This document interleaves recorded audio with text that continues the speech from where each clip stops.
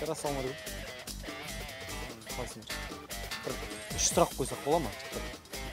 Бір минут уақыттарыңызды алсақ, айып етмеңіздер. Бір 3 сұрақ қойын. Егер жауап берсеңіздер, ақшалай сыйлық беремін. Жауап бере алмасаңыздар, енді біраз білім деңгейлеріңіз біліп. Жарай ма? Келіңіз, мына жерге отырыңыз.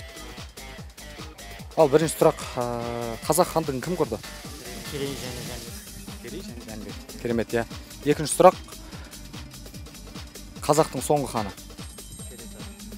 Кенесары. Ой, молодец. Ана қыздар молодец. Үшінші сұрақ, Абай Құнанбаев атамыздың туылған, қайтыс болған жылын білесің бе? 1845. Өте керемет, жігіттер. Үшеуіңде тек қана қазіргі жастар, көріп отырсыздар, тек TikTok, Instagram ғана емес, қазақтың өзінің шығу тарихын, бабаларын біліп жатыр. Жігіттер, білімдерің мороженое алып жейсіңдер. Жақсы. Сау болыңдар. Қазақ хандығын кімдер құрды?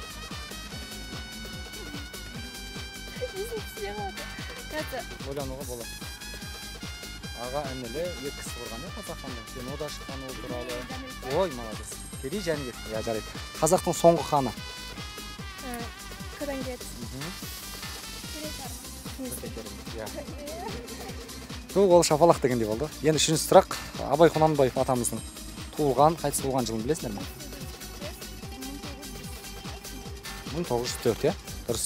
Енді қыздар, рахмет, білімдеріңіз шарықтай берсін дейміз. Бастысы көңіл. Енді құр қолға бата жүрмейді дейді ғой. Мороженое алып жейсіздер. Сау болыңыздар. Жауап берсең, ақшалай сыйлығымыз бар. Жауап бере алмасаң, біліміңді өйдеміз. Келсіз ба? Қазақстан тарихын шығар, Сол тарих жайы. Жарайды. Алып кет. Ең алғашқы қазақ хандығын кімдер құрды? Ең алғашқы қазақ хандығын өкінішке орай есім шығып кетті, бірақ ол екі аға інілі адам еді. Олар есімде бойынша Өзбекстанның өзінің хандығынан қашып келген адамдар. Себебі олардың сол кездегі ханы қалай айтсам болады екен, кішкене не көрсетті, күш көрсетті, әлсіздігін көрсеткісі келіп сөйтті. Сондықтан екі ағалы інілі осы біздің қалай айтсам болады? Қазақтың тарихын құрды. Қазаққа тарихын басын берді. Қазақтың үлкен даласына да не берді. Әшейінде айтқан кезде қазақтарды не істеді, бастады. Түсінікті, иә, Керей Жәнібек аға інілі өте дұрыс айтасың, иә. Есте сақтап жүр. Енді қазақтың соңғы ханы? Соңғы ханы? Мен факт бойынша соңғы хан білмеймін, бірақ көп адамдар ханын кім деп атайды? Соңғы хан. Кішкене бір көмек болсын, қазір оны біз Ресей халқынан алдырайын деп атырмыз. Алдырайын деп атырмыз. Басын жаңағыдай. Соны білемін.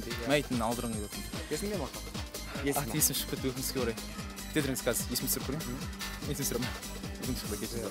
Енді ең оңай сұрақ, өзіміздің ұлы хакім, қазақтан шыққан ақыны, қазақтың біртуар азаматы болған Абай Құнанбаев атамыздың қай өңірде туғанын білесіз бе? Қай өңірде туған? Абай Құнанбаев. Өкінішке орай қаяқтан туғанын білмеймін, бірақ мен білетінім ол Семейде көбінесе жүргендіктен ол Семейде оны екінші не деп санайды, үй деп санайды. Өткенде бірінші Шығыс Қазақстан облысында, Семей қаласында. Бауырым, тек қана алға өзіңе ниет тілейміз. Құдай қаласа ендігі бірде сұрақ жауапта жаңағы енді атын айтпаған екен, біздің өзіміздің шартымыз солай, оған айыпқа бұйырма. Қазақ хандығын біліп жүріп, Құдай қаласа. Білім деңгейі ғой. Келсеміз ба? Бөтеннен емес, өзіміздің қазақтың. Қазақшасыздар, жаңағыдай бөтен бір не ашытатын емес. Дайынсыздар ма? Бірінші сұрақ, қазақ хандығын кімдер құрды?